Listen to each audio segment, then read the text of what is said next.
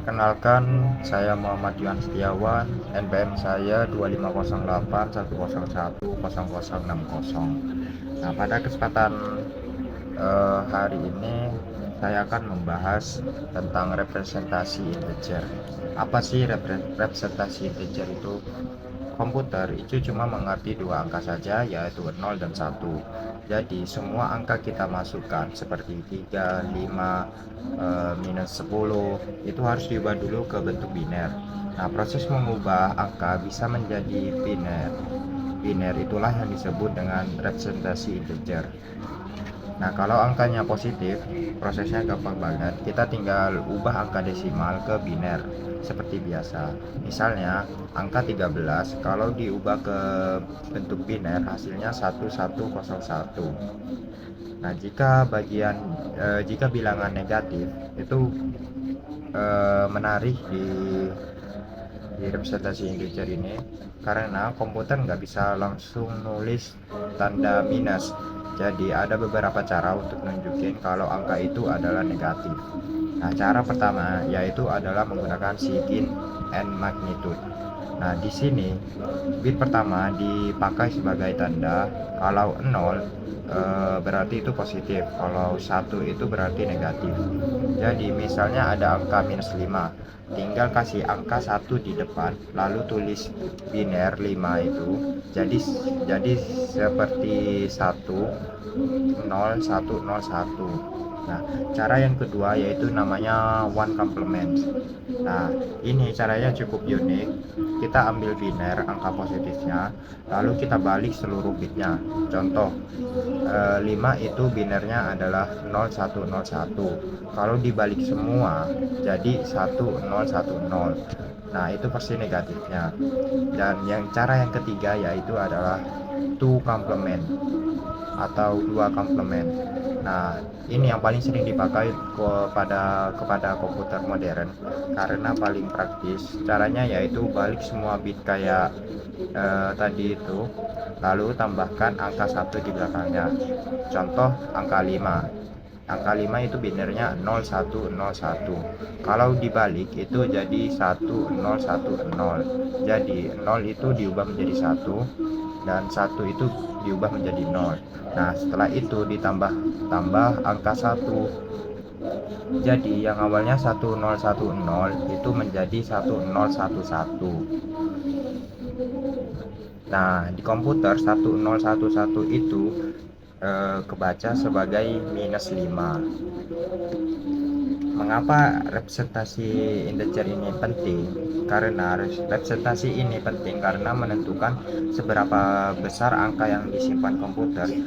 Misalnya kalau pakai 8 bit, komputer cuma bisa menyimpan angka dari minus 128 sampai 127. Jadi itu dia cara komputer untuk menyimpan angka baik positif maupun negatif. Meski terdengar rumit, intinya komputer itu hanya memainkan pola 0 dan 1 untuk membedakan nilai dan tanda. Oke, sekian dari video ini. Selanjutnya akan dibahas oleh teman saya. Assalamualaikum warahmatullahi wabarakatuh. Perkenalkan, nama saya Ahsan Salman Al-Farisi dengan NPM 2508101071. Dan pada video ini saya akan menjelaskan tentang representasi floating point pada komputer. Floating point adalah cara komputer menyimpan bilangan pecahan atau bilangan desimal seperti 10,75 atau 3,14 ke dalam bentuk biner agar dapat diolah secara digital. Di dalam komputer, semua data disimpan dalam bentuk biner, yaitu hanya terdiri angka 0 dan 1. Namun, bagaimana dengan bilangan desimal atau pecahan? Nah, untuk itu digunakan format floating point yang bekerja seperti notasi ilmiah dalam matematika. Sebagai contoh, dalam notasi ilmiah matematika, kita bisa menulis 10,75 sebagai 1,075 dikali 10 pangkat 1. Sedangkan dalam bentuk biner, konsepnya menjadi kurang lebih mantisa dikali 2 pangkat eksponen. Nah, format ini memungkinkan komputer untuk menyimpan bilangan yang sangat besar maupun sangat kecil dengan lebih efisien. Standar floating point yang paling umum digunakan adalah IEE 754. Dalam format single precision atau 32 bit, terdapat 3 bagian utama. Yang pertama yaitu sign bit atau 1 bit. Fungsinya untuk menentukan tanda bilangan. 0 berarti positif dan 1 berarti negatif. Lalu yang kedua ada eksponen atau 8 bit. Fungsinya menyimpan pangkat 2 dari hasil normalisasi bilangan. Nilainya disimpan menggunakan sistem bias, yaitu dengan ditambah 127. Lalu yang ketiga ada mantissa atau fraction 23 bit. Fungsinya adalah menyimpan bagian pecahan dari bilangan setelah dinormalisasi. Nah, sekarang kita coba ubah contoh bilangan desimal 10,75 dalam format IEE 754 single precision. Nah, langkah pertama yaitu kita ubah dulu ke biner. 10,75 sama dengan 10,11 dalam biner. Karena 10 adalah 1010 dan 0,75 adalah 0,11. Lalu langkah yang kedua adalah melakukan normalisasi agar hanya ada satu digit sebelum titik. Nah, 1010,11 kita normalisasi dengan cara mengkalikan 2 pangkat 3. Hasilnya menjadi 1,011 hasilnya adalah 1,01011. Dari mana kita tahu eksponennya adalah 3? Nah, karena normalisasi hanya mengubah angka tersebut menjadi hanya satu digit di depan koma, maka ada 3 digit biner yang mundur ke belakang koma. Nah, oleh karena itu eksponennya kita ketemu 3. Nah, langkah ketiga yaitu kita hitung bagian eksponennya. Eksponen yang disimpan itu bukan 3 langsung, tetapi angka 3 tadi kita tambah dengan bias, yaitu 127. Jadi 3 ditambah 127 hasilnya adalah 130. Nah, eksponen ini lalu kita ubah menjadi biner. Nah, 130 itu sama dengan 1,000,0010. Nah, lalu langkah yang terakhir yaitu kita susun 3 bagian tadi. Ketiga bagian tadi. Sign bit itu 0 karena positif. Lalu eksponennya adalah 130 tadi, yaitu 1,000,0010. Dan mantisanya adalah 0,10,11,000,00,000,000 atau jika kita konversi ke heksadesimal hasilnya adalah 0x412C0000. Nah, dengan format IEE 754 ini, komputer dapat menyimpan bilangan real dengan jangkauan yang sangat luas, mulai dari nilai yang sangat kecil hingga yang sangat besar. Namun karena jumlah bit itu tidak terbatas, format ini tidak bisa menyimpan semua angka desimal dengan sempurna. Nah, inilah sebabnya sering muncul rounding error atau kesalahan pembulatan saat menghitung angka pecahan. Jadi representasi floating point adalah cara komputer menyimpan bilangan real menggunakan 3 komponen utama, yaitu sign bit, eksponen, dan mantissa. Format IEE 754 memastikan hasil yang efisien dan seragam di berbagai sistem komputer. Sekian penjelasan dari saya mengenai representasi floating point. Semoga video ini membantu. Terima kasih sudah menonton. Wassalamualaikum warahmatullahi wabarakatuh.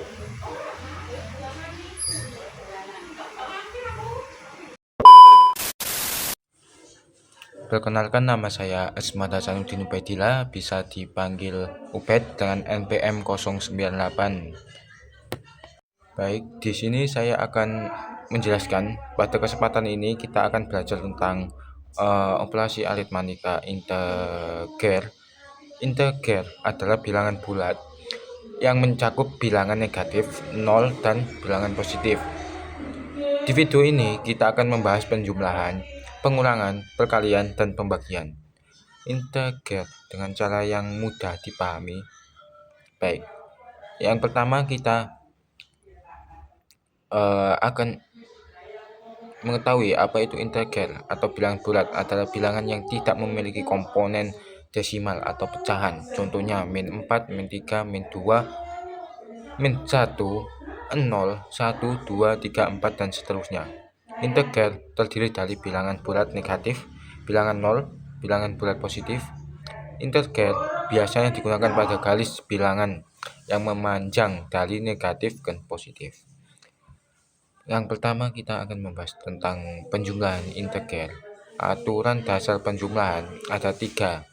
Aturan utama dalam penjumlahan bilangan bulat yaitu pertama, kalau positif bertemu dengan positif yaitu hasilnya positif. Contohnya 6 ditambah 3 yaitu 9. Yang kedua yaitu negatif bertemu dengan negatif, hasilnya negatif. Contohnya seperti min 4 ditambah min 5 sama dengan min 9. Untuk contoh yang ketiga yaitu positif ditambah negatif, hasilnya itu kebalikannya. Contohnya 7 ditambah min 10 sama dengan min 3 karena nilai 10 lebih besar dari 7. Untuk rumus yang kedua yaitu pengurangan integer. Pengurangan integer sebenarnya bisa diubah menjadi penjumlahan dengan lawan bilangan aturannya, yaitu contohnya 8 dikurangi 3 sama dengan 8 ditambah min 3 yaitu hasilnya 5. Contoh selanjutnya 6 dikurangi min 2 sama dengan 6 ditambah 2 yaitu hasilnya 8. Dengan cara ini pengulangan lebih mudah karena tidak hanya memakai aturan penjumlahan. Kita lanjut ke rumus ketiga yaitu perkalian. Perkalian integral mengikuti aturan tanda. Artinya tanda sama menghasilkan positif, tanda berbeda menghasilkan negatif. Yaitu seperti contohnya yaitu 4 kali 3 sama dengan 12. Kalau min 4 dikali 3 sama dengan min 12. 6 kali min 2 sama dengan 12. Min 5 kali min 3 sama dengan 15. Terus untuk rumus selanjutnya yaitu pembagian. Aturan tanda sama dengan perkalian. Pembagian integral memakai aturan tanda yang sama. Tanda sama hasilnya positif, tanda berbeda hasilnya negatif. Contohnya 12 dibagi 3 sama dengan 4. Dan seterusnya. Contoh selanjutnya yaitu min 12 dibagi 3 sama dengan 4. Dan contoh selanjutnya 20 dibagi min 4 sama dengan min 5. Kita boleh membagi bilangan dengan 0. Operasi seperti 7 dibagi 0 tidak memiliki hasil atau tidak berfrekuensi. Mungkin itulah pembahasan lengkap tentang operasi aritmatika yang meliputi penjumlahan, pengulangan, perkalian, dan pembagian. Halo semuanya, pada kesempatan kali ini kita akan membahas materi penting dalam komputasi numerik, yaitu operasi aritmatika floating point. Materi ini sangat penting karena hampir semua perhitungan di komputer, baik dalam kecerdasan buatan, grafika komputer, hingga machine learning, menggunakan representasi floating. Pendahuluan floating point.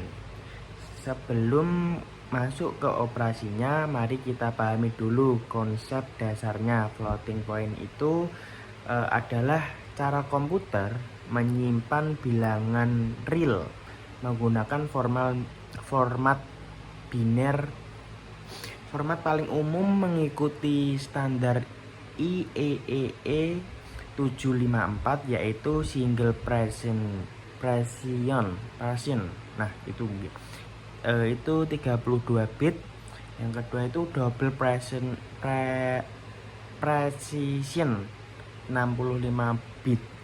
Setiap bilangan floating point terdiri dari 3 bagian, yaitu sig in, terus eksponen dan mantissa atau fraction. Ketiga bagian inilah yang membuat bilangan bisa mewakili nilai yang sangat besar maupun sangat kecil. Oke. Selanjutnya, mengapa floating point itu tidak akurat 100%? Nah, floating point memiliki batasan. Tidak semua bilangan real dapat dipresentasikan secara tepat. Akibatnya, komputer sering mengalami yang pertama, pembulatan atau biasa disebut rounding. Yang kedua, kesalahan representasi. Yang ketiga, akumulasi error pada operasi berulang. Contoh klasik adalah 0.1 plus 0.2. Secara floating point tidak benar-benar sama dengan 0.3 karena 0.1 tidak dapat direpresentasikan tepat dalam biner. Oke. Selanjutnya, operasi aritmatika floating point. Pada dasarnya operasi yang bisa dilakukan sama seperti bilangan real itu yang pertama penjumlahan,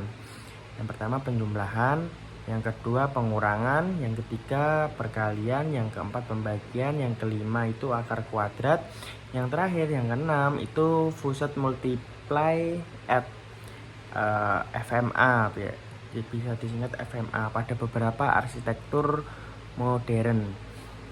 Namun, semua operasi ini dilakukan melalui tahapan khusus untuk menjaga kesesuaian dengan standar IEEE 754.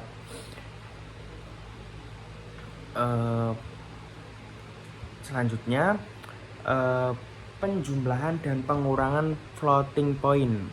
Penjumlahan adalah operasi paling kompleks. Proses secara umumnya itu yang pertama itu menyamakan eksponen bilangan yang lebih kecil digeser mantisanya agar eksponennya sama. Yang kedua, melakukan operasi mantisa dijumlahkan atau dikurangkan sesuai tanda. Yang ketiga, normalisasi itu hasil disesuaikan kembali agar bentuknya memenuhi format standar. Yang keempat atau yang terakhir itu rounding. Jika hasil lebih panjang dari representasi, dilakukan pembulatan.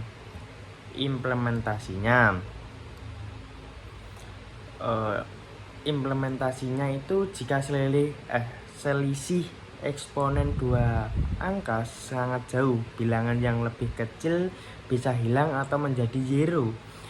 Ini disebut catastrophic cancellation. Ya gitulah. Terus selanjutnya itu perkalian dan pembagian floating point. Untuk perkalian itu eksponen dijumlahkan, mantisanya dikalikan, hasil dinormalisasi. Terus lalu dibulatkan sesuai mode rounding. Nah, untuk pembagiannya pembagian itu eksponennya dikurangin, mantisa dibagi, normalisasi dan pembulatan kembali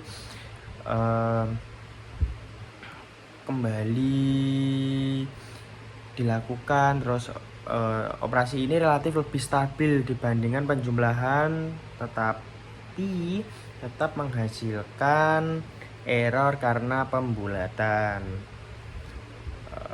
Selanjutnya mode rounding IEEE 754. Ada 4 mode pembulatan yang utama itu. Yang pertama itu round the nearest to even default paling stabil. Yang kedua round toward zero. Yang ketiga round toward. Yang keempat round toward apa ya itu namanya?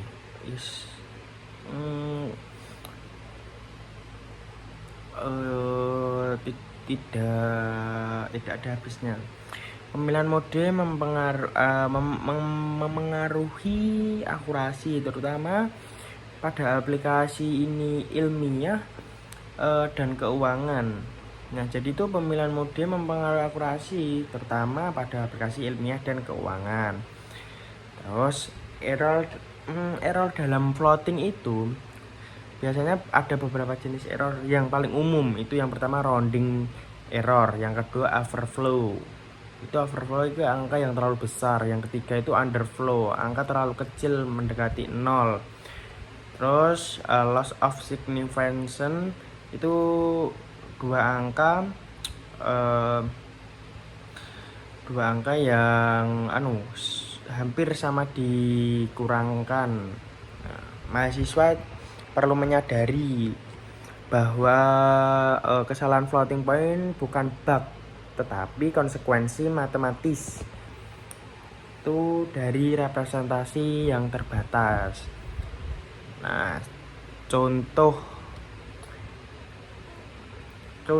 kasus sederhana itu misalnya, bentar, nanti saya tampilkan di sini contoh kasus sederhananya. Nah, secara matematika hasilnya sangat kecil, namun dalam floating point selisih yang sangat kecil dapat hilang akibat keterbatasan mantisa. Inilah sebab algoritma numerik perlu dirancang agar stabil. Oke, ini udah menutup. Kesimpulannya, floating point adalah representasi bilangan real yang memiliki keterbatasan. Operasi aritmatika floating point mengikuti prosedur khusus: penyamaan eksponen, operasi mantisa, normalisasi, dan rounding. Terus selanjutnya, error dalam floating point adalah wajar dan harus dipahami dalam pemrograman numerik.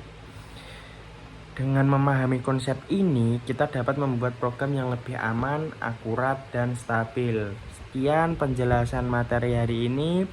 Jika ada salah kata atau salah pengertian, salah ngomong, mohon maaf sebesar-besarnya. Saya Ilham Saputra, Prodi Informatika dengan NPM 2508 1010 052. Mohon maaf sebesar-besarnya. Terima kasih sudah menonton videonya. Wassalamualaikum warahmatullahi wabarakatuh.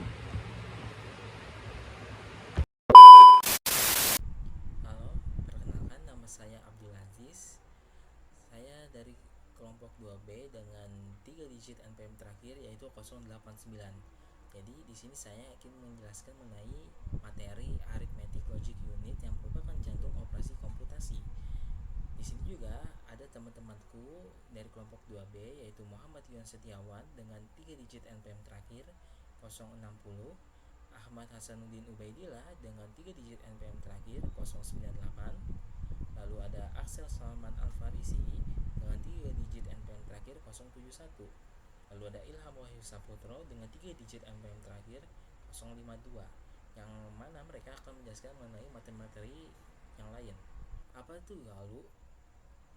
ALU atau Arithmetic Logic Unit adalah sirkuit digital inti dalam Central Processing Unit yang melakukan operasi aritmatika dan logika pada data biner seperti perhitungan matematis, misal penjumlahan, pengurangan, dan lain-lain, operasi logika, misal AND or NOT, dan dasar untuk pengambilan keputusan dan manipulasi data. ALU itu posisinya di dalam CPU yang merupakan komponen vital dari Central Processing Unit yang bertindak sebagai pusat komputasi utama dalam sistem komputer.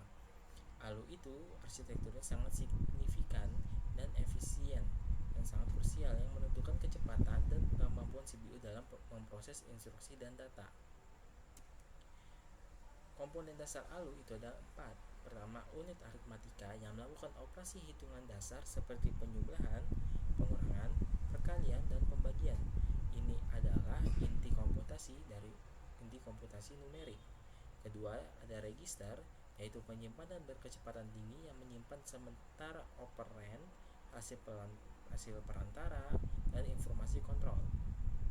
Yang ketiga, ada unit logika jawab untuk operasi perbandingan, misal lebih besar dari atau kurang dari, dan operasi logika boolean and or not, dan terakhir ada sirkuit status atau flag yang menghasilkan list status yang mencerminkan karakteristik hasil operasi ALU, misal 0, negatif, atau overflow. Cara kerja ALU. ALU itu terbagi menjadi 4 tahap cara kerja. Yang pertama, input data dan operasi. Di tahap ini, ALU menerima operand atau data dan kode operasi dari register memori yang telah disiapkan oleh control unit. Lalu tahap kedua, kontrol dari control unit. Control unit menerjemahkan instruksi dan mengirim sinyal kontrol ke ALU untuk operasi yang sesuai. Tahap ketiga, eksekusi operasi. ALU menjalankan operasi aritmatika, penjumlahan pengurangan atau logika and or not pada operand. Lalu tahapan terakhir yaitu output dan output hasil dan status, yang mana ALU mengeluarkan operasi hasilnya dan mengatur flag status, misalnya zero carry ke register atau memori. Operasi aritmatika dan logika. Di sini aku ingin memberitahu mengenai operasi aritmatika dan logika. Operasi aritmatika itu ada 4: penjumlahan, pengurangan, perkalian, dan pembagian. Lambang-lambangnya dalam pemrograman yaitu plus, minus, bintang, dan slash. Lalu ada operasi logika, ada and, or, not, dan sort, dan masih banyak lagi. Lalu contoh nyata dari pengaplikasiannya itu ada kalkulator dan sistem keamanan. Next, yaitu jenis-jenis ALU. ALU itu ada 4 jenis. Yang pertama, ALU sederhana yang melakukan operasi aritmatika dasar dan logika pada tipe data sederhana. Lalu ada ALU biner yang dirancang khusus untuk operasi aritmatika dan logika.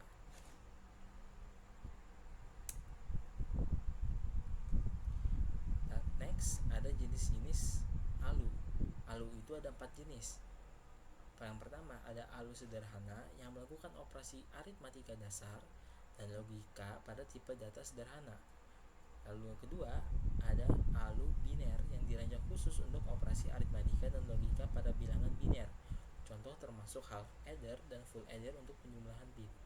Yang ketiga, ada ALU desimal yang melakukan operasi pada bilangan desimal, seringkali menggunakan representasi BCD, binary coded decimal, untuk efisiensi. Lalu terakhir ada ALU floating point untuk perhitungan presisi tinggi dengan rentang dinamis luas yang membutuhkan FPU. Next, di sini aku juga akan menjelaskan mengenai aplikasi ALU dalam sistem komputer, dan itu terbagi menjadi 4. Yang pertama, mikroprosesor dan mikrocontroller yang merupakan jantung dari mikroprosesor controller itu sendiri. ALU itu menjalankan semua perhitungan dan keputusan logis yang krusial untuk fungsi perangkat komputasi dari PC hingga sistem tertanam. Yang kedua, ada Digital Signal Processing atau DSP. DSP mengandalkan ALU untuk manipulasi sinyal digital real time yang sangat krusial untuk pemrosesan audio, video, dan telekomunikasi, yang memungkinkan filter dan transformasi data yang efisien. Ketiga, ada GPU dan pemrosesan grafis. Pada GPU, ALU berperan penting dalam memproses data grafis secara paralel. Ini memungkinkan rendering gambar, efek visual, dan komputasi intensif lainnya dengan kecepatan tinggi. Terakhir, ada perangkat embed. Perangkat embed, ALU di microcontroller atau DSP mengelola operasi spesifik perangkat. Ini sangat krusial untuk fungsi otomatisasi, kontrol, dan interaksi dalam sistem IoT atau otomotif. Kesimpulannya, ALU itu merupakan inti proses komputasi yang sebagai komponen fundamental CPU. ALU adalah pusat eksekusi semua operasi aritmatika dan logika yang mendasari setiap instruksi. ALU juga sebagai otak matematis sistem yang berperan sebagai otak matematis komputer. ALU sangat penting untuk pemrosesan data, pengambilan keputusan, dan fungsi dasar sistem komputasi modern. Penentu efisiensi dan kinerja. ALU juga berperan sebagai penentu efisiensi dan kinerja yang desain dan efisiensi operasional alus secara langsung mempengaruhi kecepatan, akurasi, dan kemampuan komputasi keseluruhan dari sebuah sistem. Next, mungkin sekian penjelasan dari saya mengenai arithmetic logic unit. Terima kasih atas perhatiannya.